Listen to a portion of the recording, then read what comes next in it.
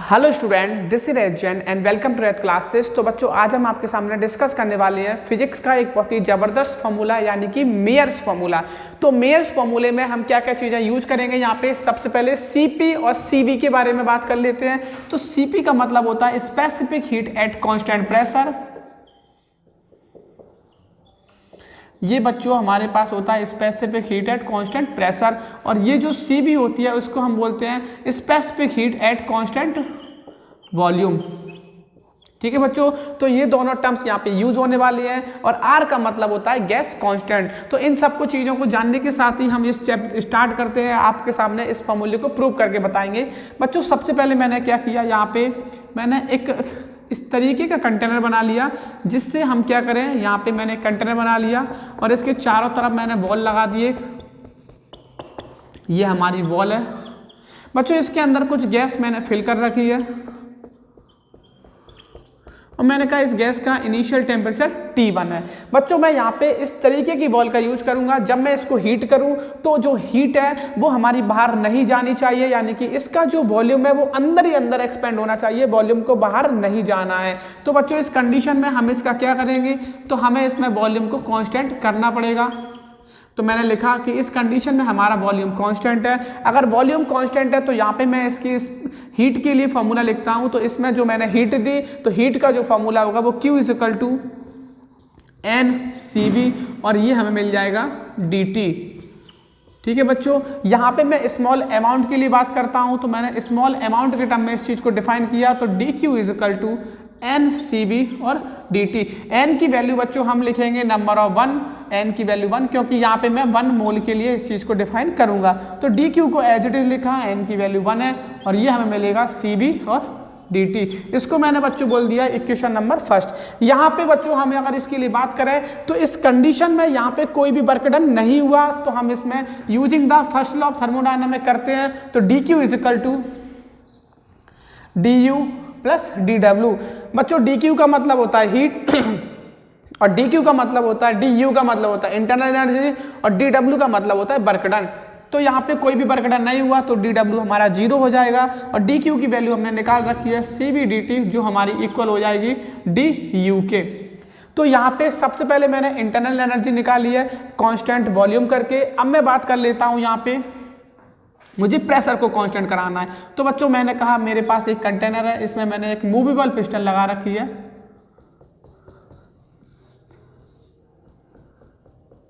तो movable piston का मतलब बच्चों क्या होता है कि मैंने इसके अंदर फिर से वही गैस भर रखी है। तो इसका भी, ये भी बच्चों नंबर ऑफ 1 मोल के लिए डिस्कस करेंगे हम। अब मैं इसको बच्चों अगर हीट करता हूं तो हीट करने पे क्या होगा, पिस्टन अगर हमारी मूवेबल है तो पिस्टन अपने ही प्लेस से थोड़ा सा ऊपर उठेगी। तो मैंने कहा जो पिस्टन ऊपर उठा तो ये जो डिस्टेंस है वो हमारे पास dx है। इस कंडीशन में मैं क्या करूंगा, इसके प्रेशर को कांस्टेंट लिख दूंगा, बिकॉज बच्चों इसके बाहर जो प्रेशर लग रहा है वो एटमॉस्फेरिक प्रेशर है। आप जब इसको हीट करोगे तो इसका प्रेशर चेंज होकर वापस अपने ओरिजिनल पोजिशन पे आ जाएगा, यानी कि प्रेशर हमारा इस कंडीशन में कांस्टेंट हो जाएगा। प्रेशर कांस्टेंट किया तो मैं यहाँ पे इसके हीट के लिए फॉर्मूला लिखता हूं, तो वो हमें मिलेगा Q = NCP और ये हमें मिल जाएगा dt। इसको भी स्मॉल अमाउंट के लिए लिखा गया है, तो मैं लिख सकता था dq = NCP और dt।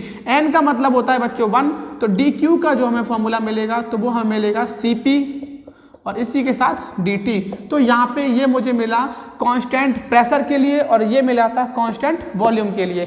बच्चों, यहाँ पे फर्स्ट लॉ ऑफ थर्मोडायनामिक्स का यूज करते हैं। तो मैंने लिखा डेल्टा, या फिर आप लिख सकते हो dq = du और प्लस का dw।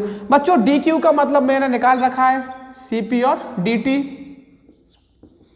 और du का मतलब बच्चों ये भी मैंने निकाल रखा है, तो ये मुझे मिलेगा cv dt और प्लस dw। बच्चों, यहाँ पे इस पिस्टन को मूव करने के लिए इसने कुछ प्रेशर एक्सर्ट किया और इसका वॉल्यूम चेंज हुआ, तो वर्क डन जो मिलेगा वो हमें मिलेगा p के साथ dv। अब बच्चों क्या करते हैं, यहाँ पे cp और dt को ऐसे रखा, इसको मैं सेम साइड लेके आ गया, तो ये मैंने इसको इधर इक्वल के अपोजिट साइड लेके आया तो माइनस का हुआ। इसी के साथ हमें मिला p और dv।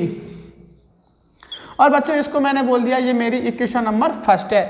अब बच्चों हम यहाँ पे यूज कर लेते हैं आइडियल गैस इक्वेशन का। तो आइडियल गैस इक्वेशन मेरे पास होती है PV is equal to nRT। तो PV is equal to nRT में R हमारा कांस्टेंट फंक्शन है, नंबर ऑफ मोल मेरे पास 1 है। अब मैं इसको अगर डिफरेंशिएट करूंगा तो ये मुझे मिलेगा P के साथ dB यानी कि फर्स्ट टर्म सेकंड टर्म का डिफरेंशिएशन, सेकंड टर्म और फर्स्ट टर्म का differentiation is also equal to R हमारे पास कांस्टेंट है और T का हमने लिख दिया dt।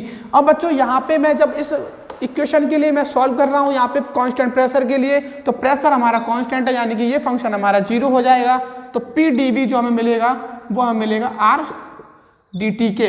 अब इस PdB की वैल्यू R dt को मैं इक्वेशन नंबर फर्स्ट में अगर रिप्लेस करूंगा तो मैंने लिखा Cp माइनस Cv और इसमें से dt कॉमन लिया, इसकी जगह मैंने सब्स्टिट्यूट किया R के साथ dt। तो dt से dt को कैंसिल किया यानी कि मुझे मिला Cp minus Cv is equal to R। बच्चों आज का हमारा यही टास्क था कि हम मेयर के फॉर्मूले को कैसे प्रूव कर सकते हैं। तो यहाँ पे हमें दो कंडीशनों को एनालाइज करना पड़ा। सबसे पहले हमें उसके वॉल्यूम को कांस्टेंट करना पड़ा, फिर हमें उसके प्रेशर को कांस्टेंट करना पड़ा। मैंने उसके हीट के फॉर्मूले लिखे। C हमारे पास स्पेसिफिक हीट थी, अगर कांस्टेंट वॉल्यूम की बात करते हैं तो Cv मेंशन किया, कांस्टेंट प्रेशर की बात करते हैं तो Cp मेंशन किया। Using the first law of thermodynamic मैंने दोनों तरफ यूज किया। तो यहाँ पे first law of thermodynamic use किया लेकिन यहाँ पे कोई भी वर्क डन नहीं हुआ था।